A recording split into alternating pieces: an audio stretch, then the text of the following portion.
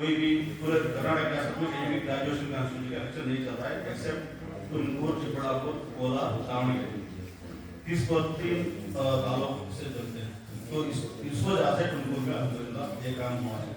तो अल्लाह का एहसान है, कुछ हमारे अमायदीन, हमारे कुछ नौजवान ग्रेजुएट्स ने एक कदम आगे बढ़कर जो है तुमकूर में काम शुरू करवाया।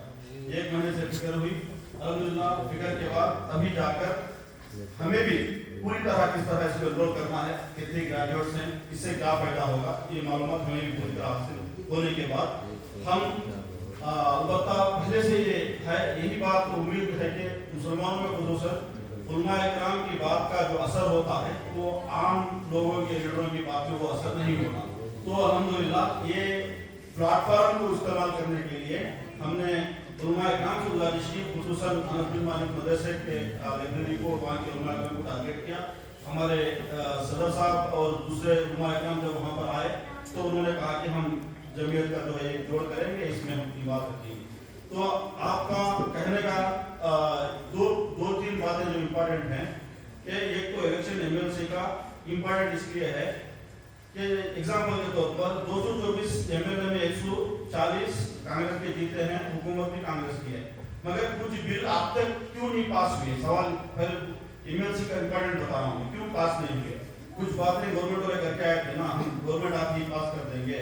जब तक असेंबली में जो बिल पास होती है, मेल महीने में जो विधान परिषद में पास होना जरूरी है, वो रिजेक्ट कर दिए तो बिल पास नहीं होती। जो भी हिजाब का, ये स्टार्टर का बिल है, क्यों पेंडिंग है? इसलिए है कि अपर हाउस में हमारी तादाद नहीं है। अपर हाउस में तादाद इसलिए नहीं होती कि हमारे ग्रेजुएट्स होने के बावजूद हमारे ग्रेजुएट्स के अंदर काम नहीं होता। उसका छोटा एक एग्जाम्पल, अभी मगरिब की नमाज में एक विद्यावाहिनी कॉलेज के प्रोफेसर से हमारी मुलाकात हुई। हमने उनको कहा कि इस तरह के एनरोलमेंट चल रहा है। विद्यावाहिनी कॉलेज का जो ओनर है जयन्ना, वो 2 टर्म पहले इलेक्शन लड़ा है, अभी उसका दामाद जो है इलेक्शन में ट्राई कर रहा है बीजेपी से।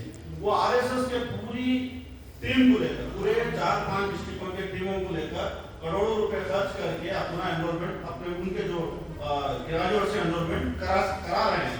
हम अल्हम्दुलिल्लाह आप जागे, मगर अल्लाह का एहसान है कि हमारे पास जो प्लेटफॉर्म मसाजिद का, ये इसका जो जुम्मा का प्लेटफॉर्म है, इससे अच्छा प्लेटफॉर्म दुनिया में और उनको ऐसा प्लेटफॉर्म उनको मैसर नहीं है।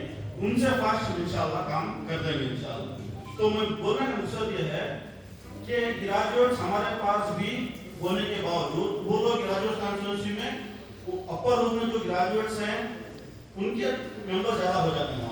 उनकी मेंबर ज्यादा होने की वजह से जो भी बिल जाती है वो रुके रहती है।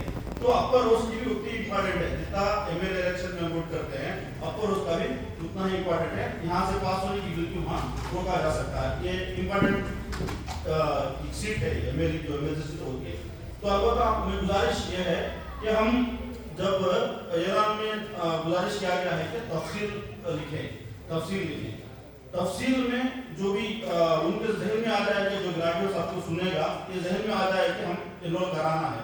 एनरोल कराने में जो भी दिक्कतें पेश आएंगी, जिस तरह मुफ्ती साहब ने कहा कि हम अली पब्लिक स्कूल को सेंटर बनाए हैं, वहाँ पर भेजा जाए और हम 4 लोगों के जो नंबर वहाँ पर जो कॉन्फ्रेंस बता रहे हैं वो नंबर के साथ कुछ भी उनके कंफ्यूजन हो क्लियर किया जाए।